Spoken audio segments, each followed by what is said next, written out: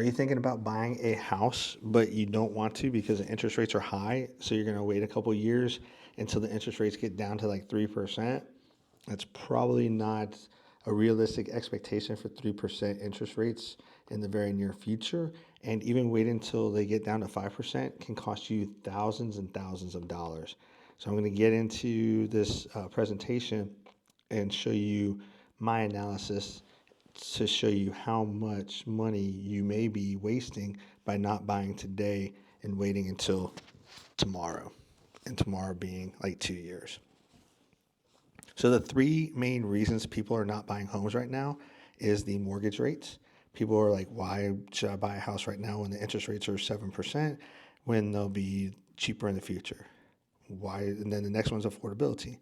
So they think that the housing market is going to see a large drop in prices, and then the interest rates are going to drop, and then they'll jump on everything. Well, the housing market may see a drop in prices.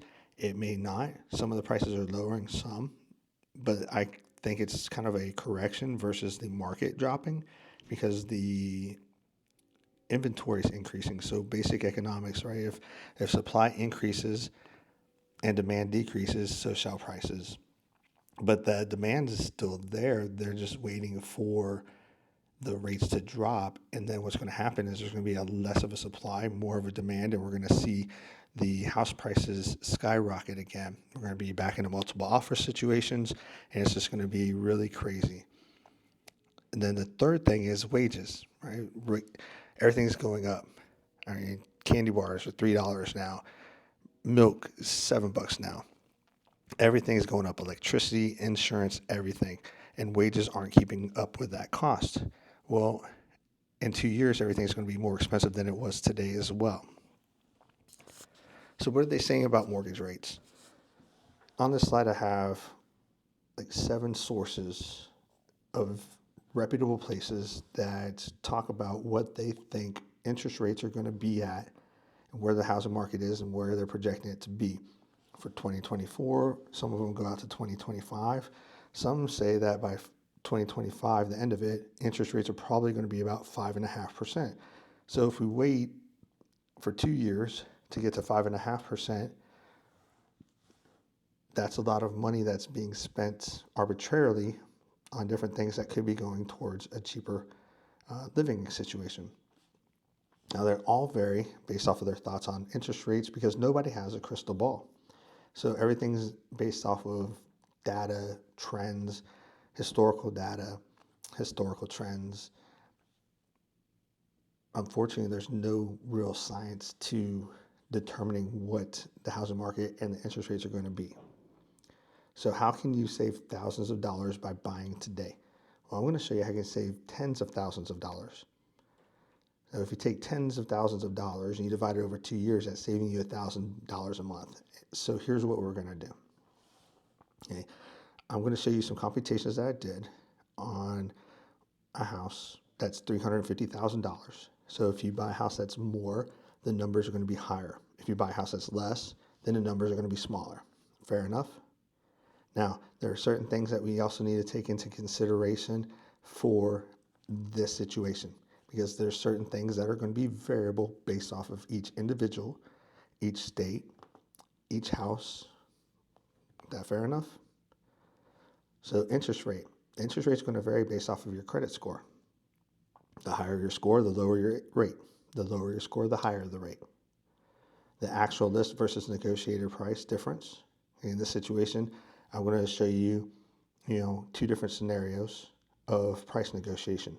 One in a multiple offer scenario, one in the current market. The actual versus anticipated interest rate. So if the interest rates are higher than I project or lower than I project, that's going to change as well. Now we're going to assume that in 24 months, the rates will be down to 5%. If they're at 5.5%, then it's going to cost you even more. If they're 4%, then these numbers are going to be a little bit higher than what would be projected. The annual home increases 2%. Before this market, it was between 3 and 5%. During COVID, it was in the 20s. So I'm trying to be a little conservative here and just go up 2%. which is less than inflation. And I'm assuming that your closing costs will be 4% of the purchase price. That's loan origination fees, appraisals, title fees, prepaid insurance, prepaid taxes, things like that. That is not your down payment. Okay, so now keeping this in mind, these are just examples, so I want to be clear about that. Okay, this isn't financial advice either. I'm not a CPA, so I can't give out financial advice. I'm just running data. Okay, and unlike the analysts we talked about in the previous slide, I do not have a crystal ball either, so I'm not able to guarantee what I'm talking about. I just feel very, very, very, very, very confident I'm within 90 to 95% accurate of what we're going to be at in 2025 at the end, provided there's no major catastrophes, no economic crisis, no terrorist attack, no pandemic again. Okay, those are things I can't control. So assuming we don't have any of that for 2 years, I feel very confident about this data I'm going to share with you. Now let's take the subject property of 123 Smith Street, and we're basing it off of negotiating nothing. Okay, this isn't reality. Right now we're able to negotiate everything, but let's just assume that we get to a market where it's balanced per se, and nobody's getting anything and nobody's giving anything. Okay, we're going to start with that one first. Now, this is based off of a conventional loan with 5% down and a house price of $350,000. The 5% down would leave a balance of $332,500. Now, based off of bankrate.com, with a credit score range of 700 to 719, 5% down on a 30-year fixed rate, interest rate 7.496% today. Tomorrow it'll be different, the next day it'll be different, but that's what it is today. I'm not going to factor in property tax for any of these. I'm not going to factor in mortgage insurance or homeowner's insurance because they are too specific to an individual property. The one thing that will be consistent based off of every property is the principal and interest, and that payment would be $2,323.98. With a closing cost of 4% estimate, that's $14,000. You still need your 5% down. This is your closing cost. Now your total paid for principal and interest over 24 months, $49,402.46. Your remaining principal amount after 2 years, it goes from $332,500 to $326,127. But your interest, your value went up because of estimating 2% interest growth to now $364,140. So you gained $14,140 in equity growth, and then you've gained $6,000 and some change from your buy down. So your equity has gone up there too. Now, let's look at 123 Smith Street based off of today's market where you can negotiate price and get concessions. And when I say concessions, that's at closing cost. Okay, it's closing cost, that's getting them to pay for the title policy, that's getting a home warranty, things like that, all that consideration. So we got a $350,000 house. We negotiate to $340,000. So 5% of that is $323,000. The interest rate still stays the same as previous. I'm still not adding property tax or mortgage insurance, things like that. The principal and interest rate drops down to $2,257.58. So that saves you $66.40 each month from the previous situation. So that saves you $790.80 a year. The closing costs are $13,600. That's 4% of the purchase price. But we can get $9,000 from the seller. So now you only have to bring $4,600 plus your down payment of 5%. So now we saved $19,000 right there between the concessions and the lower purchase price. So the total paid over 24 months is $47,990.96, saving you $1,411.50 a year. Your remaining balance is $316,890. That's savings of $9,317.92 compared to the previous slide. So by knocking off $10,000, it saves you that much money a year. Now, your estimated home value is $364,140 because it's still going up 2%, and we're basing it off of the $350 because we're assuming that the house is worth $350, but we were able to get it down. Now, let's look at the subject property of 123 Smith Street based off of waiting for 24 months to get a 5.5% interest rate. Now, what I'm doing here is I'm assuming that we're going to be in a multiple offer situation due to the large part of the population waiting till the rates get into the 5% range. Is that fair enough? That's probably very likely going to happen. If the interest rates drop to 5.5%, especially if it happens relatively quickly, you're going to see a mad rush of people buying homes. So, because it went up 2 months, or over the 2 years, the house value went up. So now the house value is $371,315. The purchase price due to multiple offers, you now have to pay $385,000. Again, that's subjective, but it's not uncommon to see based off of what I saw during the pandemic and other multiple offer situations. Loan amount would be $365,750. Interest rate 5.5% for 30 years fixed with a 5% down. Credit score of 700 to 719. That stays the same. The only difference was the changing of the interest rate. There was no property tax factored into it, no insurance. That's all stays the same. Your principal and interest payments $2,076.69. Hey, it's lower than what it was. Closing costs are $19,250, right? Because you're paying 5% of the $385. So that went up considerably. We get nothing from the seller. But part of the negotiations is now that you pay the title policy, you get no home warranty. And if they don't have the survey, you're paying for it. Because this is common situations for people to offer, for buyers to offer in a multiple offer situation to make their offer look attractive. And that title policy and everything, that's factored into the closing cost. So the total paid over 24 months, $39,708.64. The remaining balance now, $355,618.12. That's a big difference from $316,809. So that's like a $40,000 difference right there over a 2-year period. So you take that $40,000 plus everything else that you could have got before. Now we're like almost $60,000 difference for waiting for 2 years. So your estimated new home value is $371,315 because you're buying it in the future versus planning for the future. So that's why that number didn't change.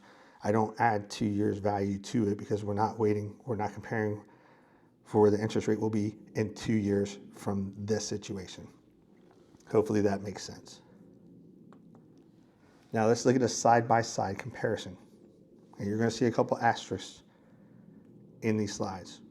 The single asterisk, it says closing costs reflects closing costs plus the 5% down payment. And then the double asterisk is the difference includes the total cost, including the savings of money based on mortgage payments for both options and the difference between the purchase prices. So no negotiation. I'm just going to go line by line, and then we'll get down to the bottom. Purchase price, $350.